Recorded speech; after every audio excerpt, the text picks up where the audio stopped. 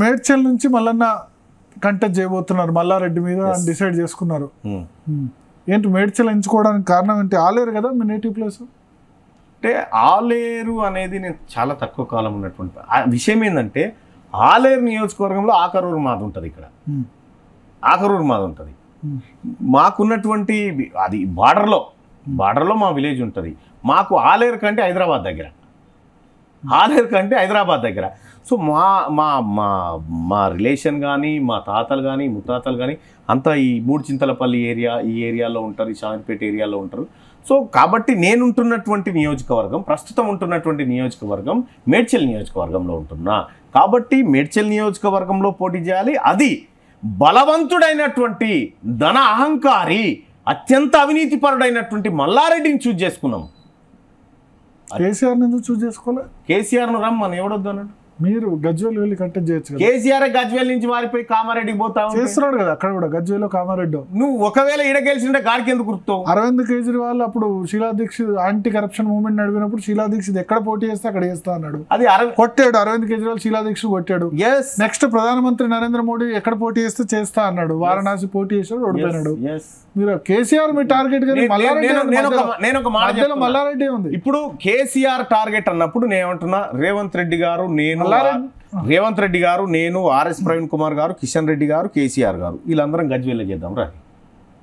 అందరం ఒకతాన్ చేస్తే ముఖ్యమంత్రి అభ్యర్థి కూడా తేలిపోతాడు కదా. చేస్తారా ఇట్లా? ఈటల చేస్తా అన్నాడు. అన్ని ఉత్తమ మాటలు అవన్నీ ఎవ్వరు చేయరు. చట్టసభకు ఎట్లా పోవాలనేటువంటి ఆలోచన. మీ టార్గెట్ మల్లారెడ్డి ఎందుకని? మల్లారెడ్డి చిన్న వ్యక్తి కదా. తెలంగాణ రాష్ట్రంలో విద్యా వ్యవస్థని సర్వనాశనం చేసిన మొదటి వ్యక్తి. మొత్తం తన మల్లారెడ్డి వీడియోలు చాలా మంది చూస్తారు. మల్లారెడ్డి అని చెప్పి జూ పార్క్ లో కోతిని కూడా చాలా మంది చూస్తారండి. జూ పార్క్ లో కోతిని కూడా చాలా మందిని చూస్తారు. అంత కోపం ఉన్నట్లేదు జనాలకి మల్లారెడ్డి మీద కోపం ఉన్నదా లేదా అనేది రేపు ఓట్లు వస్తే తెలుస్తుంది మల్లారెడ్డి కథ. ఇయ్యాల నేను పోయింది మల్లారెడ్డి ఇంటి పక్కకున్న వెంకటేశ్వర స్వామి గుడిలో కళ్యాణం అయితే నేను పోయిన ఇయ్యాల.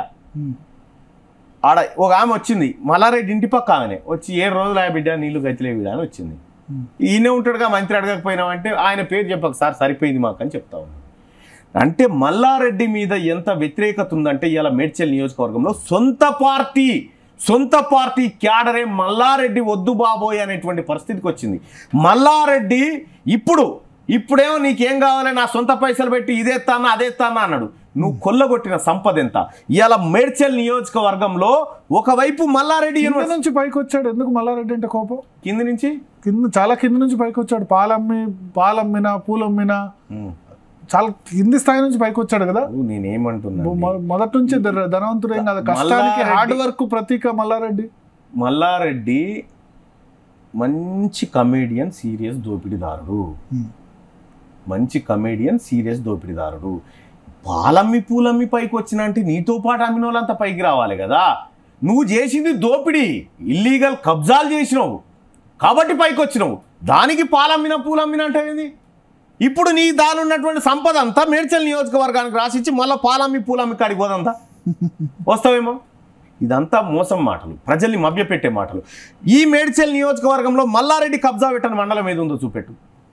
మల్లారెడ్డి కబ్జా పెట్టని. బట్ మున్సిపల్ ఎలక్షన్స్ లో అన్ని మున్సిపాలిటీలు టీఆర్ఎస్ గెలిచింది. రేవంత్ రెడ్డి అక్కడ సొంత constituency, parliament constituency, Revanth Reddy కూడా కొట్టలేకపోయాడు మల్లారెడ్డిని మున్సిపల్ ఎలక్షన్స్ స్థానిక ఎన్నికల్లో. విషయం ఏంటంటే లోకల్ బాడీస్ లో ప్రభుత్వం ఏది ఉంటే దానికి కొంత ఫ్లెక్స్ ఉంటుంది, అవకాశం ఉంటుంది. ఎందుకంటే పనులు అయితే అనేటువంటి ఉద్దేశమో లేకపోతే వాళ్ళకు ఉండేటువంటి అధికార గణమో ఈ కార్యక్రమాల ద్వారా అవుతుంది. రేపు పొద్దుగాల మీరు అంతెందుకు సింగరేణి ఎలక్షన్స్ పెట్టమని హైకోర్టు చెప్పింది కదా, ఆర్టీసీ ఎలక్షన్ పెట్టమని హైకోర్టు చెప్పి పెడతలేడు ఎందుకు? మరి అది పెడితే వట్టిగానే తెలిసిపోయా కథ అంతా.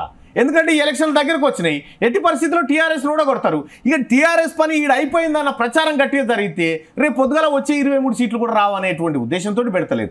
ఎప్పుడైతే సాధారణ ఎన్నికలు సమీపిస్తున్న వేళ ప్రజల ఆలోచన విధానంలో మార్పు ఉంటుంది. ఒకవేళ రేపు పొద్దుగాల భారతీయ జనతా పార్టీ ఇక్కడ అధికారంలోకి వచ్చిందనుకో, స్థానిక సంస్థల్లో భారతీయ జనతా పార్టీకి అవకాశం ఉంటుంది. కాంగ్రెస్ పార్టీ అధికారంలోకి వచ్చిందనుకో, కాంగ్రెస్ పార్టీకి అవకాశం ఉంటుంది.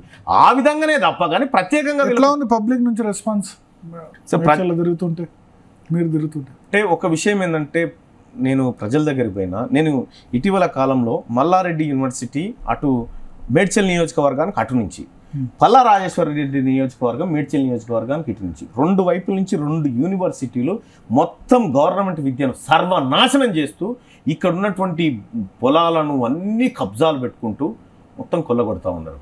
ఈ 2 యూనివర్సిటీలు వర్సెస్ ప్రభుత్వ పాఠశాలలు. ప్రభుత్వ పాఠశాలలను మేము తీసుకున్నాం.